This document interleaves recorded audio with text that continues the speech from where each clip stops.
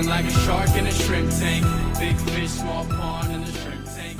Welcome, everyone, to another episode of the Central Pennsylvania Shrimp Tank, brought to you again from our temporary studio here in Dillsburg, Pennsylvania. I'm your host, Nathan Imboden, and here on the Central PA Shrimp Tank, we are champions for Central Pennsylvania-based business owners and entrepreneurs, and we like to bring them on to allow them to tell their story. And right now, we're still in the midst of the shutdowns, even though we're starting to move in Pennsylvania through yellow and green phases and some reopening, but we are still in what we feel is the coronavirus issue time period. So we're continuing our series in the crosshairs of Corona. And for all of our episodes, you can go to our website at shrimptankpodcast.com/CentralPA. Also, be sure to like our Facebook page. You can search for us specifically, the Central PA Shrimp Tank, and you can subscribe through pretty much any one of your favorite podcast apps, whether it's iHeartRadio, iTunes, Apple Podcast, Google Play,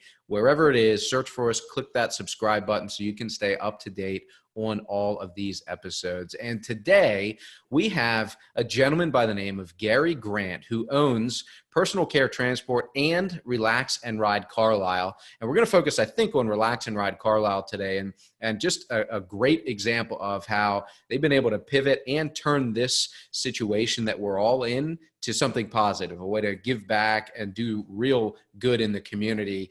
And that's great. Well, I'm going to let you put that back up. Sorry about that. That's okay. Awesome. No problem at all. No problem at all. Fortunately, that's why we do both sides, because we probably didn't even catch that. So now, since it's back up, Gary, welcome to the show. And thanks for being on and being willing to participate here this morning. Nathan, it's nice to be on the show. Thank you for having me. Awesome. So give us just a little bit of background. I think we're going to talk about Relax and Ride Carlisle. Just give us a little bit of background about Relax and Ride Carlisle and what services you provide, and then we'll talk about the actual shutdown impact and some of those other things.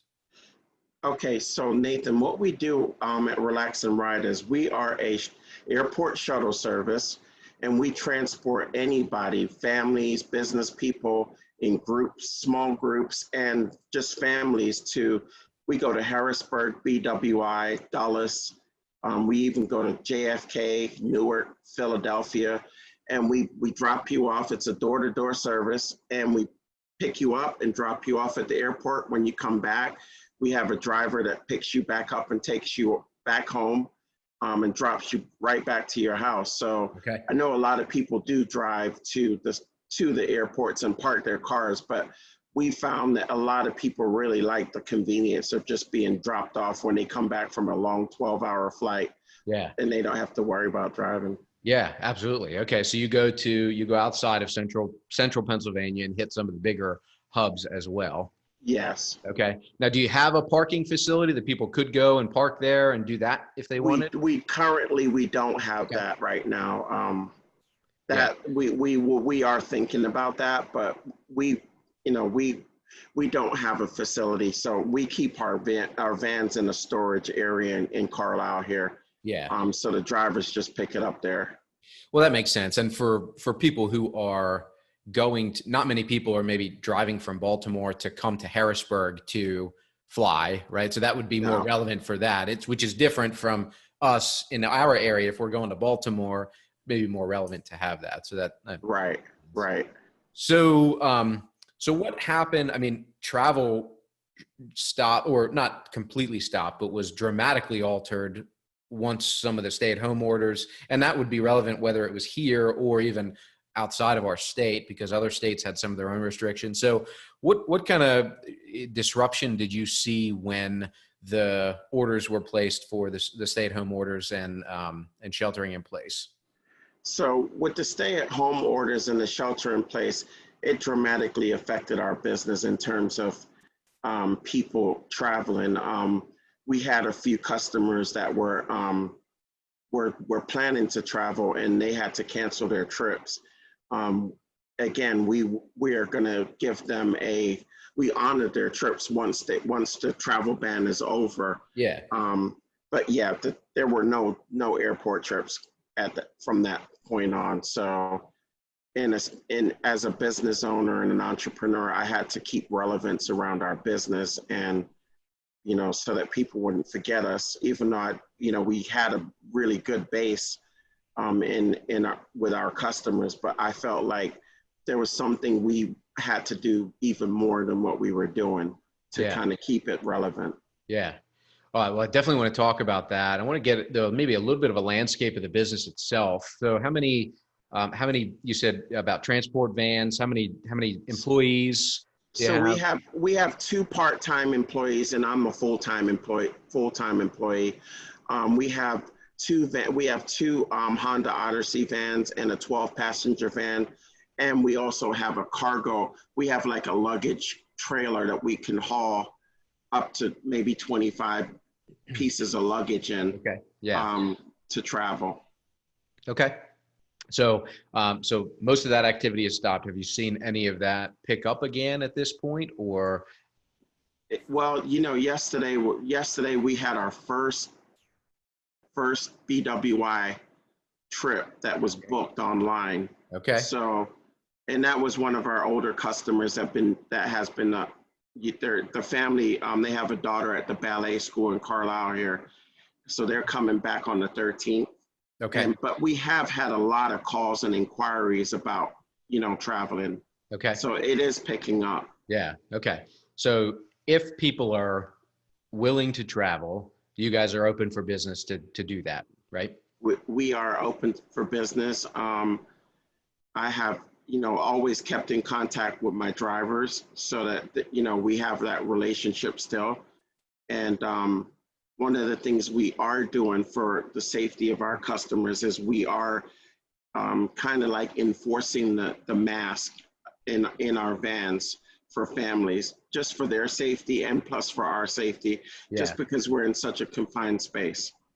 Yeah, there's no, so if you think of maybe a limo service where there may be, in some cases, a protective shield, depending on the limo itself, you may not have to require it. But in your case, it's all wide open, right? So they're all in the same space. So so that's a good precaution to take. Yeah, I always did not want to put a shield or anything like that away from my customers. We like the human connection with our customers, especially with our drivers. But we are taking the face mask precautions, and we have a detailer that always details our vans. So our vans were always clean and sanitary. And,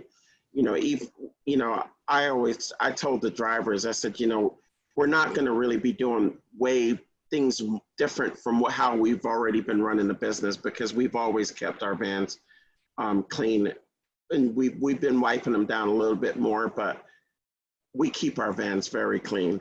We get complimented on that. Yeah, great. Well, I hope this isn't too much in jest, but part of me has said all along, it's kind of ironic that it took a pandemic for some businesses to actually realize, oh, maybe I should clean every once in a while, whatever. Seeing that level of cleanliness, I thought some of this stuff is stuff that most of these places should have been doing all along as well. Now, maybe to your point, now there are some extra steps that we have to take that are specific to what we're going through, but it was just a good practice to be clean regardless. Yeah, I think your message is, once you're in the transportation business, I think your message should always be cleanliness. And when people see your vehicles, they should say, wow, that should be the wow factor. When they pull up to their houses and, somebody sees our vans, it has to be clean. That's just me as a business owner. Yeah. And my drivers, I'm a stickler on them being clean and making sure that they're on time. I mean, that goes second to none. I said, we can't be late why are we in business if we're going to be late for an airport trip? So Yep. That's great. All right. So let's pivot, because you have, you talked about staying relevant, which also in this case is doing something good for the community and giving back. And so I'm going to let you talk about the milk program that you helped to put together in your area. And, tell us a little about how it came to be, where the idea came from, and then what you're actually doing, and then what goals you have here going forward. So I was sitting around and, I was on Facebook, and I was looking at a post that was on Facebook, and it had a bag of like fruits and vegetables in Germany on some under a bridge that people could just walk up and pick up, non-judgmental. They could just pick it up. And I said, I really need to do something like this in my town. Yeah. And I told a couple of people about it, but then it kind of went away. And then one Sunday I went to Giant, and I said, you know what? I'm going to buy 25 half gallons of milk. I didn't want to buy the gallon bottles because I felt like, it's better to just buy the halves, just because you could reach more people. Yeah. And I said, I think it's going to be a really positive thing for the business, and to post it on our Facebook page each week, to show people that, hey, there's free milk down there. Go down and pick it up. Yeah. So I did it the first week, and I posted on a couple community pages. Then the second week I posted it again, and we did 40 half gallons. And then the next week I think we went to 75, and we've been at 75 for the last few weeks. But we also tried one week where we did 100 last week, and I didn't feel like it was just too much, like, for right then. So I stopped doing, so I just kept it at 75. I also went over to Community Cares, and I gave them 10 gallons of milk because a lady came over and gave us $100. So I just said, let me do this. But my goal with that is definitely reaching the community that I live in, because I feel like, we as small business owners can do more for our community. Some feel like, it's important to, give to like Project Share, which I still think is great. I feel like there's still a lot of people with our unemployment, almost really, really high right now. Yeah. I feel like they can come there and not be judged. They don't have to stand in a line, and they can just pick up a bag and go. Yeah. One of the great things that's happened is we've had a lot of small businesses. Like I have Claire's Orchard in Carlisle. They donated 75 bags of fruits and vegetables last week. Awesome. So she's going to give us some every week. Maybe not 75, but she's going to start giving. That's just great. Yeah. So at this point, so you said you're buying the milk to distribute it. That's the plan, or what you've been doing. Okay. Yeah. And did I miss? If I did, I apologize. Where are you then actually having this available to be picked up for people? So we do it at the Memorial Park on Pitt Street and Penn Street at 7 every week at 7 o'clock. So people can just come over there. We have some volunteers that come and help bag the milk and put it away. We even have people coming and dropping off all kinds of stuff. Like last week we had a person come and drop toilet paper off. So we do have people donating anything at this point, and we just leave it on the fence. And, my goal really, and it sounds kind of ambitious, but my goal is to kind of spread this around to Harrisburg and go to York with this and get like an army of people just doing this. I mean, I feel like it's a positive thing, and I just need, my big thing is, championing volunteers to help me to do this, because I'm willing to spend some money and do this, because I really feel like there's a huge need. Yeah. So you said at this point you feel like it's been well received. People haven't. I guess there's in some cases a stigma maybe about being out in public taking free stuff and kind of exposing that. Has that? I think a lot of people have been positive, because, we've had some people say, well, it's milk, it's going to go bad, it's sitting out there. Well, within an hour or two, that milk is gone. People are coming and picking it up. I have a guy that comes over there, and he picks up about 10 or 12 half gallons and he takes them to elderly people, moms with kids, Yeah. that can't get over there and walk and don't have cars. And I'm more than happy to do that way. So as well. So, Yeah. you know, it's positive all the way around. I mean, and to me, I think, you know, it's important that, you know, you add value to your community. I mean, that's how I feel. I mean, we've always been a small business that gives to like Safe Harbor. So, Yep. you know, I can't do a lot in terms of like volunteering my time because once my business is up, I'm very busy driving. So I don't have a lot of time. So I can financially support at the end of a month. Yeah. With this program, I'm going to do both really. So, you know, I feel like I'm even adding more value. And I feel like, you know, it really does come back to you as a small business. And you know, you think like, man, I can't even do this. But when you just sacrifice, you know, the universe tends to open up and the phone starts ringing and you don't have the same issues.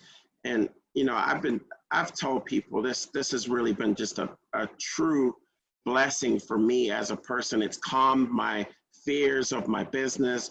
Plus, personally, it's really relaxed me. And I feel like I'm championing a cause in such a negative climate that we're in right now. And that's the only way for me to kind of stay focused and stay towards my goal. Yeah, absolutely.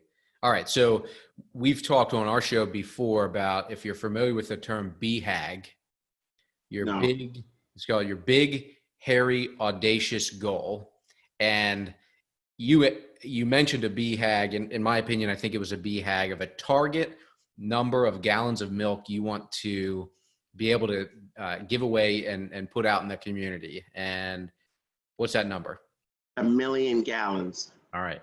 So it's out there. I'm always a believer too of if you say it and if you tell yourself enough and you put it out there to the universe, if you're spiritual, whatever that is, but you put it out there, things happen. Like you said, things happen. So I wanted to make sure we definitively put that out there as well. That's awesome. I like that. Now the target's out there, Gary, and I have no doubt that either through you or through inspiring other people to join alongside you in other areas, because I think it is a great cause. I'd love to see it in Harrisburg and York and wherever. Yeah, this could spread. This could be a real positive thing. I mean, and all you got to do is find a local park where you live and start doing it. You know, you don't have to, you know, you don't have to promote it. I mean, I just, you know, felt like it was something that was positive for our business and kind of brought some relevance. I mean, the first day that I posted the video of us doing this, we got 6,000 views. Wow. Just of our, you know, on our Facebook page. And I was just like, wow, like this is something positive. Yeah. Awesome.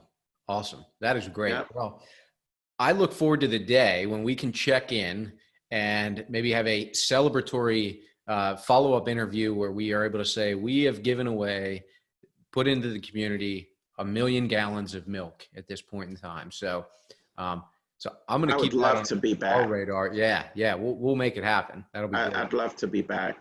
Well, that is a great story. And as I always say, most of the guests we have on have great stories to tell, but I do like to also try to highlight others in the community as well, just to be able to give some recognition to the other good that is happening. So, what have you seen, either other nonprofits, organizations, communities that have really, I think, stepped up and done good in this time? One of the things that I did see in the community of Carlisle, it's a Facebook page, there was a lady collecting food from from restaurants, and she was donating it to the Salvation Army. Okay. And I thought that was just really good. What was that community page, by the way? Because we may be able to tag that at least. The community of Carlisle. Okay. All right. Great. Shout that out. Also in Carlisle, Project Shared, you can't say anything about them. they're in the front lines of fighting hunger for a lot of people who don't have jobs. And they've always been one of the close places to me, because before I even started my business, I was over there and they served me as well. So I'm always positive about what they do for our community. They're just great. They have a vegetable stand, and they also, you know, have this food drives going on every week. So it's awesome. That's great. Well, we'll make sure to give them a shout and recognition as well. And Sure. yeah, thank you for being an example of what we try to promote here is what small business and local business is all about. It's not just providing your specific service, but it's actually being in the community, involved in the community, and you're part of the community. So I totally agree. Yeah, you're exemplifying that right now, especially. So thank you for that, Gary. That's great news. And thank you for coming on to the show and sharing your story a little bit. It's been very motivating, inspirational. And like I said, I look forward to when we can get back together for another conversation. Maybe by then we'll be able to do it face to face. We'll see. But yeah, hopefully, yeah. Celebrate the millionth gallon of milk that has been put back into the community to help others. So that's a great target. Again, thanks so much for being on. We look forward to hearing how Relax and Ride Carlisle is going to be able to bounce back as travel picks up, and look forward to hearing future successes from you as well. So thanks again for coming on, Gary. Appreciate your time. Thank you. And everybody at home, again, this was Gary Grant of Relax and Ride Carlisle. Really, as I said, and I don't say this lightly, exemplary, just showing what it means to be a small business owner and in kind of ingrained, integrated with the community, doing more than just providing a business service to the community, but also providing a service and an attitude of wanting to help better the community. So check out, again, if you missed any part of this episode, go to our website, shrimptankpodcast.com/CentralPA. Like us on all our social media platforms and subscribe on any podcast app you want. We'll see you next week on another episode of the Central Pennsylvania Shrimp Tank. I've been feeling like a shark in a shrimp tank. Big fish, small pond in the shrimp